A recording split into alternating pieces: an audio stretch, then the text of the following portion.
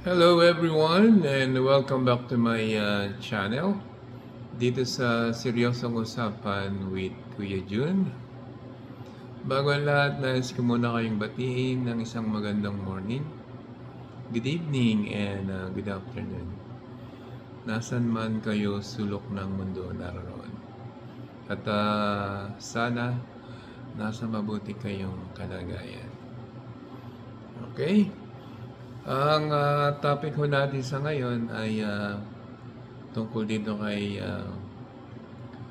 Vice President Inday Sara Duterte. At atin munang panoorin yung naganap na hearing sa Kamara para sa budget ng Office of the Vice President. So atin muna siyang panoorin at saka natin siya bibigyan ng seryosong usapan. Madam Chair, siguro first observation, no, yung on the budget for the 2024, yung Vice President na nagsabi, Madam Chair, na slow and low utilization. So nakita naman natin doon sa presentation. So yung utilization ay napakababa. Pero syempre comment ko lang, no, mas mabilis siya sa confidential funds. 100% in 11 days. Madam Chair,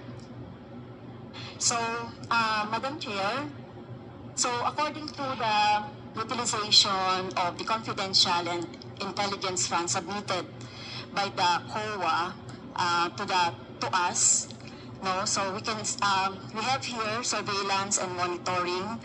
Sabihin ko lang, Madam Chair, no, yung purchase of information out of 125 million confidential funds in 2022, purchase of information 14 million, payment of reward 10 million, rental and other incidental expenses relative to the maintenance of safe houses 16 million, purchase of supplies 35 million, provision of medical and food aid 40 million, payment of incentives or traveling relative to confidential operations is 10 million. So a total of 125 million conducted surveillance in 132 areas in 11 days. So 100% utilization. Madam Chair, I have also here a report about the notice of disallowance. According to the notice of disallowance, the COA disallowed 73,287,000 out of 125 million confidential funds used by the OVP in 2022. So this is 58.63% of the 125 million. So can you confirm, the Vice President? Madam Vice President. Madam Chair, since you allowed her a snide comment, you will allow me a snide comment as well. So my question is, can you confirm? Yes. Yeah, okay. Diba? Okay. Yes, Madam Chair. So, Before you proceed, may I remind both our guests and our resource you should have persons reminded her to when she said the refrain line, diba? I called from- your attention, Madam Chair. You did not recognize me. So, ngayon, sasabihin ko na, if you allowed her that, you allowed me a snide comment as well. I don't recall hearing a snide comment, Madam Vice President. Ang snide comment, that's a matter of judgment. So please proceed Secretariat, Madam Chair, I would like the Secretariat to repeat the first 3 lines of the comments. Point of order, Madam Chair. Point of order, Madam Chair, kasi parang... So let's please proceed with the answer. Point of order, Madam Chair, kasi parang siya yung nagpe-preside eh. Kasi inuutusan mo yung secretariat natin sa Committee on Appropriation. Yes, Alam mo din, no, diba? So, thank you, Madam Madam Vice Chair. President, please proceed with the response. There's a question. Please proceed with the response.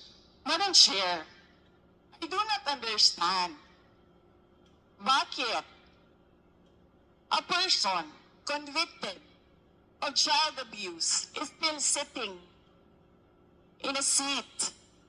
Point of Okay, order, House of Chair, yung sinasabi Representatives. natin na dinadivert ang usapan sa ating budget hearing. Kung nagawa po niya yan sa Senado, Madam Chair, dapat hindi natin yan pahintulutan dito sa Kamara. You allowed her a snide comment and then you will not allow. Please wait As to my my comment. Excuse me, our members and our guests, please wait to be acknowledged. Please wait to be acknowledged before you speak. Okay, so at this point, Honorable Manuel. Yes, Madam Chair, again, it's another point of order kasi kapag may mga deliberation tayo, we should stick to the topic. Hindi pwede, Madam Chair, na dinadivert natin yung usapan para hindi natin sagutin yung tanong ng mga mambabatas natin. This is actually the best opportunity, formal proceedings, nakikita po ng publiko para malaman anong sagot ng Vice Presidente. So hindi po natin napapayagan ang ganong mga argumento na hindi naman tumutumbok dun sa topic natin. So, Madam Vice President, there's a question. Easy for you. Please make your responses direct to the point. Sige, ma'am. I will make this easy for you. What rules are we using for this budget hearing? We have our rules Yes, ma'am. adopted by the Committee on Appropriations. Right, okay. We searched for that rule. So, we only found the general rules. So, we have a copy of the rules for the budget hearings. Well, as far as I'm concerned, mas importante ang rules para sa amin. Kayo po, ang kailangan nyo lang marinig is yung acknowledgement for you to begin to speak. Yun lang po ang pinaka-importante para sa guests. Sa totoo lang po. Yes, ma'am. So, ang pinaka-importante, yes, you may proceed. At saka po yung adjournment. Yun lang po. Yung termination po. Yun ang pinaka-importante lang po. For the rules, yun ang ay importante para sa members. But we may provide the copy to you. Yes, So ma'am. please proceed and answer the May we question. request a copy? Yes, yes, absolutely. But Yes. please, there is a question. And do you want us to repeat the question? And we will not penalize you all the time. I don't, You can repeat the facts from the notice of disallowance. I will read the Honorable repeat of the Franz. question. Yes, Honorable Franz Castro. He will repeat your question on the notice of disallowance, I believe. Yeah, tama, Madam Chair. So according to COA, the notice of disallowance is amounted to 73,287,000 out of 125. At ito po, Madam Chair, yung mga breakdown ng mga disallowed na mga ng mga purchases. So reward payment of 10 million, payment of rewards, various goods, 34.857 million, payment of rewards, medicines, 24.93 million, tables, chairs, desks, computer and printers, 3.5 million. So, ang question, Madam Chair, so yung letter A, B, and C, so nakita naman natin nandoon yung sa joint circular. How about yung ito, no? How about yung mga tables, chairs, desktop, computer, na umabot po ito sa 3.5 million. So, pwede bang maipaliwanag kung bakit ito pinurchase, Madam Chair? Madam Vice President. Madam Chair, I still request for the rules of the budget hearings. Okay, gusto mo sagutin ko, ma'am. Yes, Madam. This is a hearing of the budget of 2025. Nasaan dito ang confidential funds? Yung tanong niya, Madam confidential Chair. funds. Nasaan dito? Honorable Madam Franz. Chair, ito yung continuing, continuing questions pa natin noong 2024, during the last budgets. Hindi na ipaliwanag itong 125 million na alam naman natin na wala ito sa budget ng 2022. So, ito, Madam Chair, sa rule naman natin, lahat dito tinatanong no? So, according to the budget, whether it is in the past, kasi nakikita natin yung utilization noong mga budget, kahit na yung past years, ay pwede natin busisiin dito, Madam Chair. Tama ba ako, Madam Chair? I will agree with you, the Honorable Franz Castro. You may proceed. Yes, Madam ma'am. Vice President. Yun yung sagot ko, ma'am. Nasaan ang topic natin dito at ang pinasubmit ninyo sa amin is the budget proposal of 2025. Where in the budget proposal of 2025 is the item confidential funds. In aid of legislation nga ninyo, nakalagay nga doon sa rules ninyo, diba? The discussion should be germane to the topic. The topic is the 2025 budget proposal. Now tell me, Madam Where Vice President, the Honorable Franz Confidential Castro has already provided a sufficient explanation for why she asked the question. So please proceed with your answer. Madam Chair, It's a very why are we simple question. discussing the budget of 2023 and 2024? Honorable Franz Castro. So kung ayaw niya sagutin, Madam Chair, so let me go through na lang with my question. Kasi related naman ito. Remember, Madam Chair, Okay, yun ho yung ilang party ng dito sa naganap na budget hearing para sa Office of the Vice President.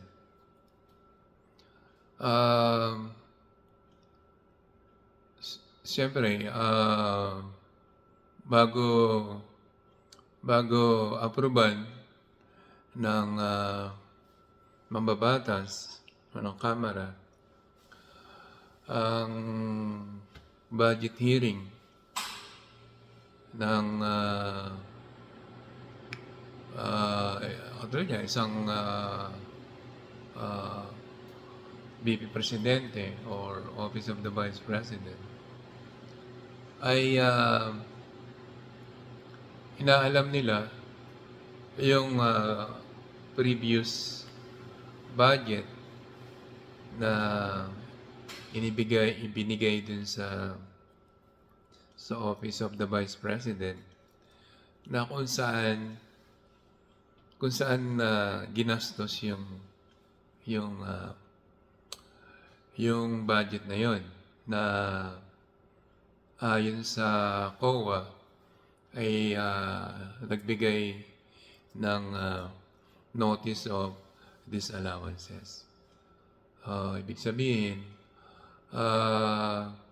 yung ibang propose ng Vice President sa 2024 budget ay hindi pinayagan ng COA.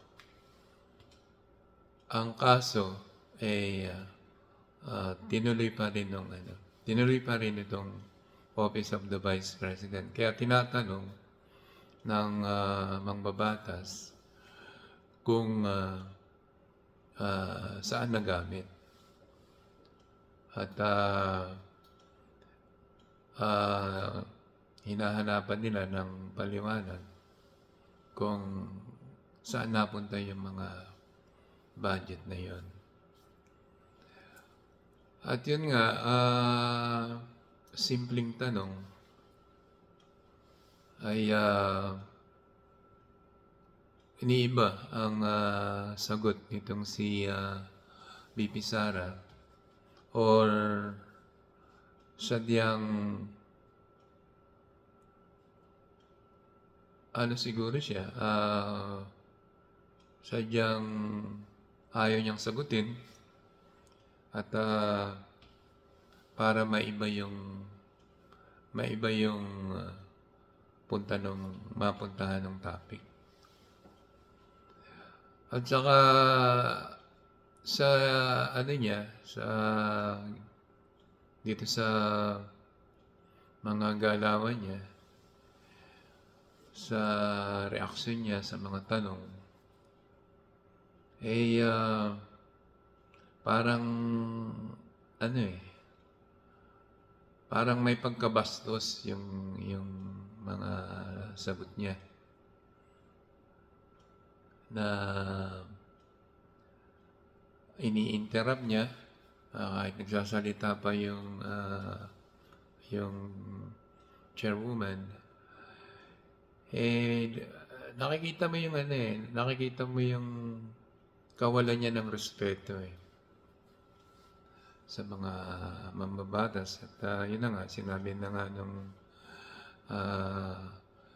chairwoman na at least magbigay siya ng ng konting respeto sa committee. Pero wala lumalabas talaga yung tunay na, yan na siguro yung tunay na ugali niya. May pagka-arugante, may pagka-bastos. At akala ko nga, dun sa nangyari sa Senado, nagkainitan lang sila ni Risa Ontiveros. Yun ang akala ko lang. Pero dito sa Kamara na naman, iba na naman yung galawan niya. Iba na naman yung mga sagot niya na may pambabastos na, kawalan na ng respeto sa committee dyan sa Kamara. So, yun na yung tunay niya sigurong pag-uugali niya. Kasi akala ko dun sa Senado, nagkainitin lang sila ni Risa Ontiveros. Pero dito na naman sa Kamara, yun, lumabas na naman yung pagka-arrogante niya at saka pagka-bastos, kumbaga. So, pasensya na, pero yun yung totoo, di ba? Na kayo naman, nakita niyo naman kung paano siya sumagot o paano niya sagutin yung mangbabatas din sa Kamara.